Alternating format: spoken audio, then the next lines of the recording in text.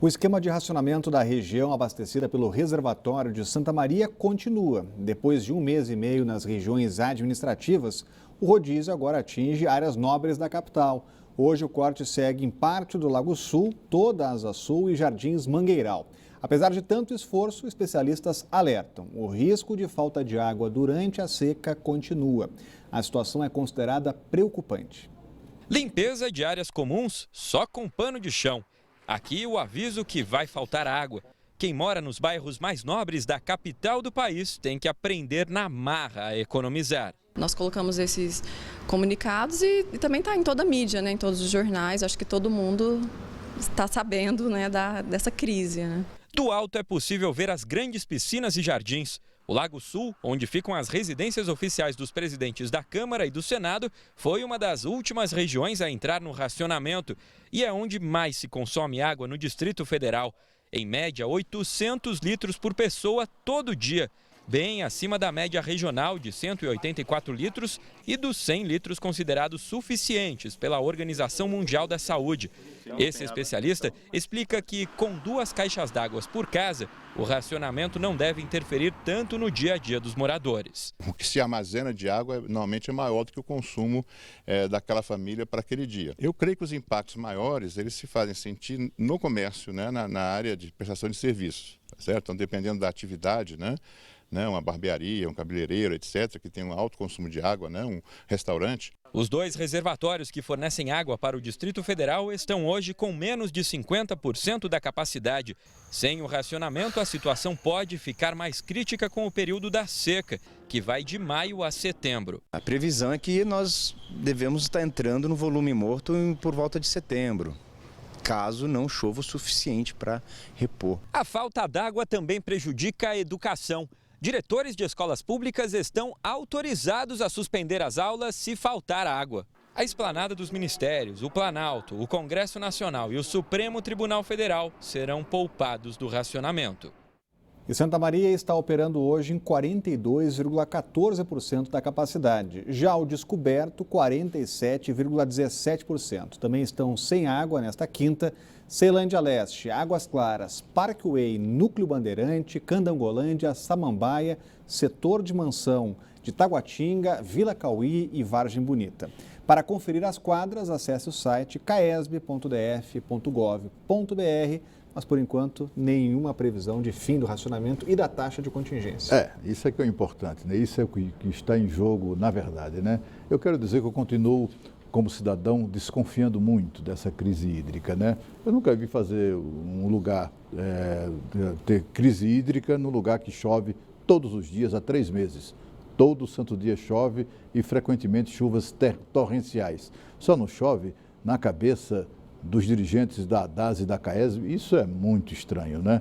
O que não é estranho para eles, porque afinal de contas é os que o deixam muito feliz, é a cobrança criminosa de 40%, o acréscimo de 40% em contas de água aqui no Distrito Federal.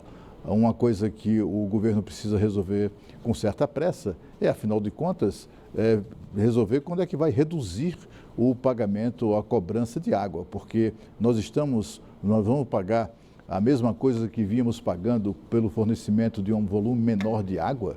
Quer dizer, eles diminuem o fornecimento de água e fazem a mesma cobrança? Isso é muito estranho, é tudo muito estranho. Eu continuo esperando que entidades independentes, auditores independentes, atestem essa suposta crise hídrica.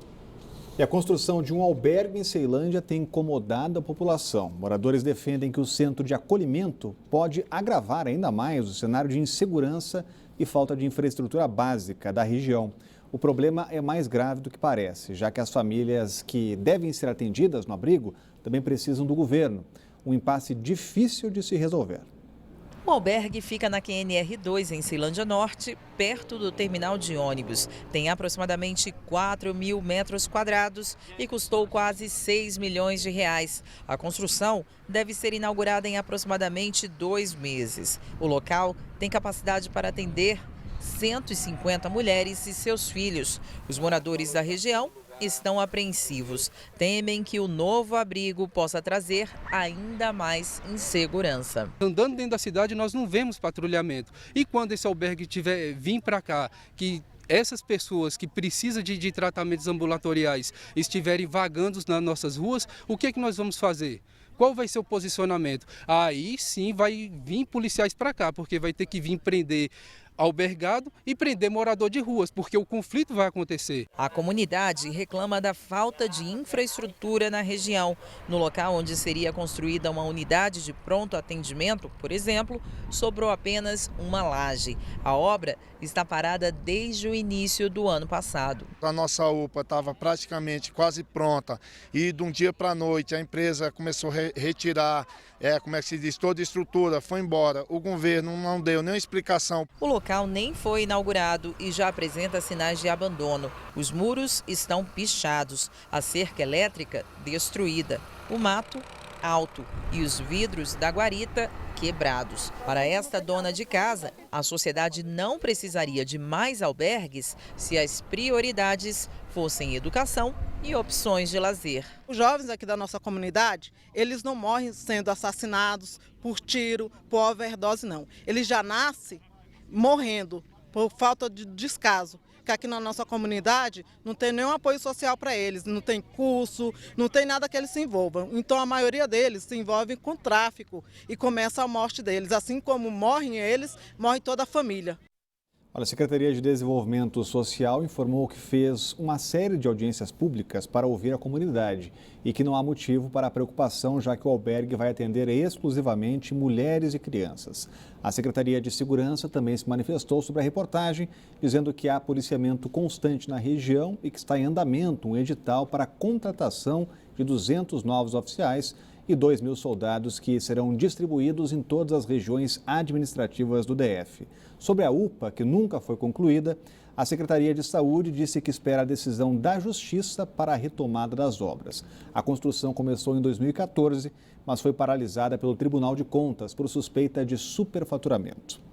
E depois de uma reforma de mais de R$20 mil e 10 dias vivendo no Palácio da Alvorada, o presidente Michel Temer resolveu retornar ao Jaburu. A justificativa foi a dificuldade de adaptação da família. A gente volta a falar ao vivo com a Renata Dourado, que já está com a gente novamente. Agora, a Alvorada só para reuniões e jantares, né, Renata? É isso aí. O que já estava sendo usado, o local já estava sendo usado dessa forma, né? Desde que o presidente Michel Temer assumiu aí o poder. Então, desde setembro do ano passado, quando a ex-presidente Dilma Rousseff desocupou o local, existia essa expectativa de que o presidente Michel Temer fosse se mudar para lá, junto com a família, já que é a residência oficial, digamos assim, de quem ocupa o cargo da presidência da República. A família adiou um pouco essa mudança, ocorreram algumas reformas, especialmente com relação à segurança do filho do casal, que tem 7 anos de idade. Então, no dia 18 de fevereiro, a família decidiu se mudar. Aí você vê imagens do Palácio do Jaburu, então, agora imagens do Palácio da Alvorada. A família decidiu se mudar para o Palácio da Alvorada, mas como você bem disse, essa mudança não durou nem 10 dias, porque ontem mesmo eles já retornaram para o Palácio do Jaburu. Toda essa mudança foi feita aí nesse período de férias do Carnaval. O fato é que a família já mora no Palácio do Jaburu desde 2011, então lá eles já colocaram o gosto familiar, já se acostumaram mesmo ao local, né, Rodrigo? Então, como você bem disse, a partir de agora, oficialmente falando, o que já vinha sendo feito dessa forma, o Palácio da Alvorada, que a gente vê aí essas imagens, vai ser realmente utilizado para encontros políticos, jantares, almoços, sejam com parlamentares, com ministros, encontros diplomáticos também. Essa, de fato, foi a opção do presidente Michel Temer e da família dele. Rodrigo. Obrigado, Renata. Portanto, família presidencial de volta ao Palácio do Jaburu. Olha, de fato, o Palácio do Jaburu, apesar da denominação de palácio, é uma casa confortável, tem mais jeito, portanto, tem muito mais jeito de residência do que o Palácio da Alvorada. O Palácio da Alvorada foi muito mal projetado, assim, parece mais uma repartição pública, e ainda mais para uma criança sozinha, né? Apenas a mãe, e é uma família muito pequena, o presidente, a primeira-dama e um filho menor, uma criança. Não é lugar para crianças mesmo, né? É preciso também destacar que não houve reforma no Palácio da Alvorada. Houve pequenas obras de manutenção, até porque é proibido fazer qualquer tipo de reforma em prédios públicos tombados pelo patrimônio histórico.